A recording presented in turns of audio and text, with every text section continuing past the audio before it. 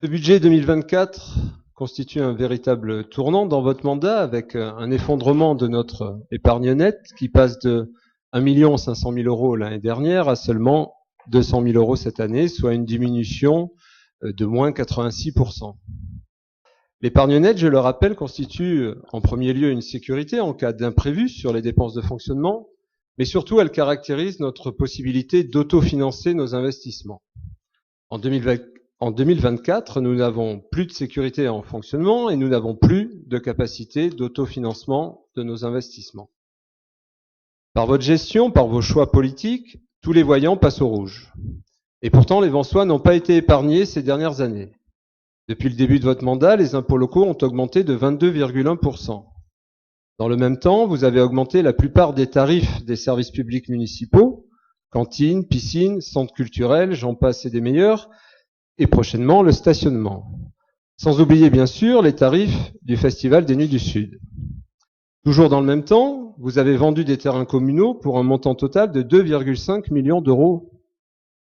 Et malgré tout ça, malgré tous les efforts demandés aux Vensois, vous mettez aujourd'hui financièrement la ville dans le rouge, tout simplement parce que nous avons d'ores et déjà tout dépensé. Alors, qu'est-ce que ferait tout gestionnaire responsable dans cette situation ? Qu'est-ce que font les familles vensoises quand la fin du mois est difficile ? Elles diminuent leurs dépenses. Elles font des économies sur les dépenses courantes qui ne sont pas indispensables. Des économies sur le remplacement du canapé, que l'on ne va pas faire cette année comme imaginé, mais qu'on va encore garder 1 an ou 2. C'est juste du bon sens. Et vous, à l'échelle de la ville, qu'est-ce que vous faites pour maîtriser les dépenses municipales ? Eh bien, rien. Aucun effort sur les coûts de fonctionnement de la ville. L'État fait des efforts avec un plan de réduction de 10 milliards d'euros. La métropole fait des efforts, elle a diminué ses dépenses de fonctionnement de 2,2 millions d'euros. Le département fait des efforts et avance rien. C'est open bar. Même pas le début d'une économie sur l'achat annuel de stylos. Il n'y a aucun plan de diminution de nos dépenses de fonctionnement, payées, je le rappelle, par l'argent des Vensois. Alors, si, excusez-moi, il y a quelque chose. Lors du dernier conseil municipal, à l'occasion du débat sur les orientations budgétaires, vous m'avez demandé sur quel poste je verrais des économies. Eh bien, une semaine plus tard, ici même en mairie, sans traverser la rue, en conseil d'administration de la régie culturelle, je vous ai trouvé 50 000 € d'économies. Le directeur de la régie et le directeur financier de la ville peuvent en attester. Il a fallu batailler un tout petit peu, mais cela est intégré aujourd'hui dans le budget primitif 2024 qui nous est présenté. Je suis un élu de l'opposition. Vous êtes le maire et vous avez une première adjointe en charge des finances. Avez-vous fait le tour de tous les services de la ville pour voir s'il y avait des marges de manœuvre ? Évidemment, non. Il faut que ce soit l'opposition qui vous oblige à faire des économies, ce qui est quand même un comble. Alors je le disais en début de mon intervention, ne plus dégager d'épargne nette, c'est ne plus avoir de capacité d'autofinancer nos investissements. Ce qui veut dire que pour investir, il faut faire appel à l'emprunt et donc endetter la ville. Et quand la famille vensoise décide en toute raison de reporter à des temps meilleurs le remplacement de son canapé pour ne pas vivre à crédit, eh bien vous investissez comme jamais en faisant appel à l'emprunt et pas en petite proportion comme nous l'avons vu au moment du débat d'orientation budgétaire.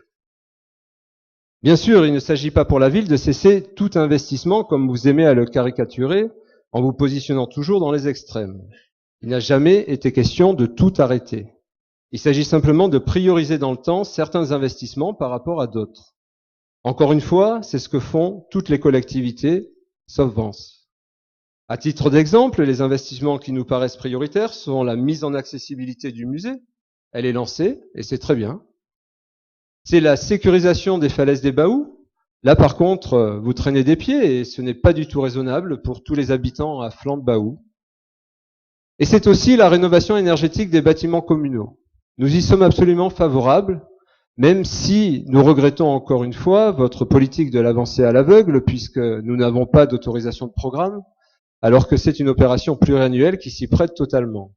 Et surtout, vous ne nous avez présenté aucune étude d'économie de factures d'énergie après travaux rapportées à l'investissement mis en jeu. À l'inverse, dans la priorisation des investissements, et beaucoup de Vensois et de commerçants vous le diraient si vous daigniez seulement les écouter, La priorité n'est certainement pas la réalisation des halles gourmandes. Quant à la piscine couverte, sans épargne nette, nous voyons bien que nous ne savons pas la financer ni en investissement ni en fonctionnement. En fait, vous programmez des investissements qui ne sont tout bonnement pas financés, des investissements pour lesquels nous n'avons pas d'argent, sauf celui du banquier. Et non seulement nous n'avons pas les moyens d'autofinancer ces investissements, mais en plus vous prévoyez des subventions d'autres collectivités que vous n'aurez pas. Parce que ces collectivités, le département, la région, font elles-mêmes des économies. Et pour compenser ce manque de subventions, eh bien, il faudra encore plus faire appel à l'emprunt. Au final, avec ce budget 2024, vous amenez la ville de Vence droit dans le mur. Vous ne pouvez pas ne pas vous en rendre compte, si ce n'est en pratiquant un déni le plus total, ou alors un je m'en foutisme au choix. Et même la Chambre régionale des comptes vous le dit, dans son tout récent rapport que nous examinerons tout à l'heure. C'est page 12 du dit rapport, je cite, « La collectivité connaît une situation financière encore fragile, malgré une amélioration constatée au cours des derniers exercices. La commune, qui bénéficie de bases fiscales d'imposition plus élevées que celles constatées en moyenne, ne réussit pas à dégager un autofinancement suffisant. Ses marges de manœuvre sont notamment réduites par le poids de la dette. » Voilà, tout est dit par la Chambre régionale des comptes, et vous faites comme si de rien n'était, aucun plan d'action pour maîtriser les dépenses municipales. C'est inacceptable et nous ne pouvons pas valider ce budget. Merci, Monsieur Scalzo. Écoutez, j'en attendais pas moins de vous, donc ça commence à être